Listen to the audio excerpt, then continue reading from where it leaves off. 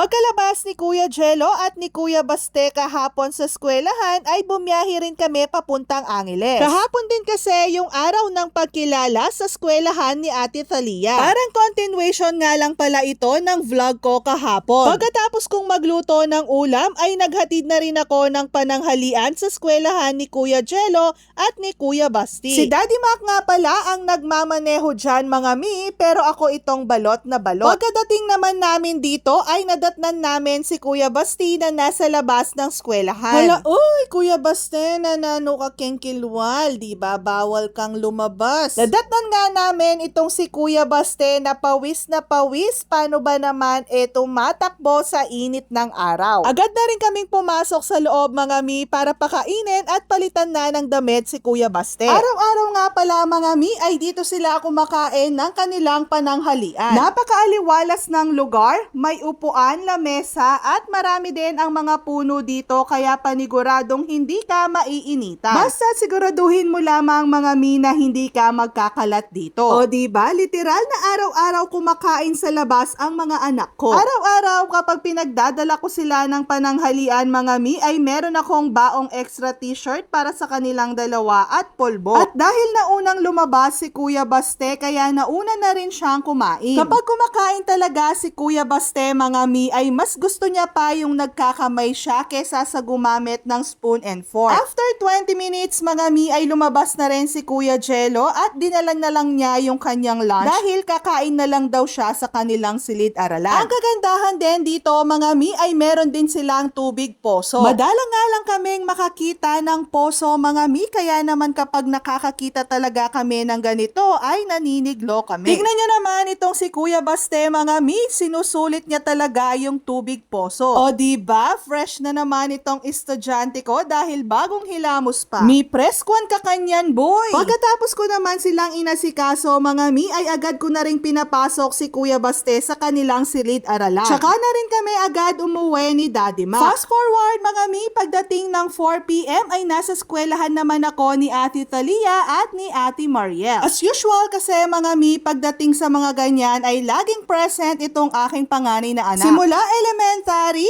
high school hanggang senior high school ay lagi kang present anak. Hala, uy, perfect attendance ka na ha. Parang ako lang nung kabataan ko. Di paning nakukukontra. Naglalakad na kami dyan mga mi papuntang social hall dahil mag-uumpisa na ang program. Ngayon ko lamang napansin na ako talaga yung kamukha ni Ate Thalia. O diba, kalagumi? Huwag na kayong kumontra mga mi dahil vlog ko naman to, charis. Nasa loob na nga kami ng social hall dyan mga mi at nag-uumpisa na rin ang program. At habang nasa upuan ako, mangiyak-ngiyak ako sa tuwa. Ayoko nga lang talagang tumulo yung luha ko, baka akala ng katabi ko may ditak ako. O wag nyo na rin pansinin yung butas ng ilong ko, naman ako yan sa tatay ko. Ilang minuto lang ay tinawag na rin ang pangalan ni Ate Thalia at kasama niya akong pumanek sa stage. Sobrang proud talaga ako sa iyo anak dahil nakikita ko na talagang nagsusumikap ka para sa iyong pag-aaral. Ito yung kayamanan mo na kahit sino ay walang makakakuha. Congratulations sa lahat ng may karangalan, may mataas na karangalan at may pinakamataas na karangalan. Proud kaming mga magulang nyo at masaya kami para sa inyo.